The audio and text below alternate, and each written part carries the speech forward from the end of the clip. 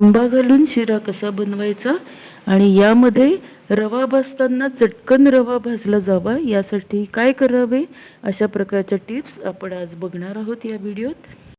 Dry fruits, आमरस आणि जाड रवा इथे घेतलाय. एका पॅनमध्ये तूप घेतलं, त्यामध्ये रवा घातला. यातील साहित्याचं प्रमाण डिस्क्रिप्शनमध्ये देत आहे. साजूक तुपामध्ये ड्रायफ्रूट्स भाजून घेतले, त्यात जाड रवा घातला, त्यामध्येच आपण साखर घातली. याचं कारण असं आहे की साखरेमुळे रवा अतिशय उत्तम भाजला जातो आणि लवकर भाजला जातो.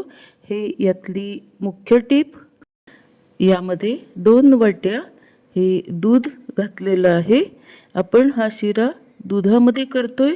रवा व्यवस्थित भाजल्यानंतर आपण त्यामध्ये दूध घातलं आणि आता झाकण घालून आपण एक वाफ आणणार आहोत. खूप कोरडं वाटलं तर तुम्ही थोडंसं दुधाचं प्रमाण वाढवू शकता. आता यामध्ये आमरस घातलेला आहे. हा आधीच आपण हापूस आंब्याचा आमरस काढून घेतलेला होता, तो त्यामध्ये घातला आणि एक वाफ आणली. यानंतर आपला आंब्याचा शिरा तयार. यामध्ये रवा भाजताना गॅस बारीक ठेवावा. व्हिडिओला लाईक, शेअर, सबस्क्राईब नक्की करा. धन्यवाद.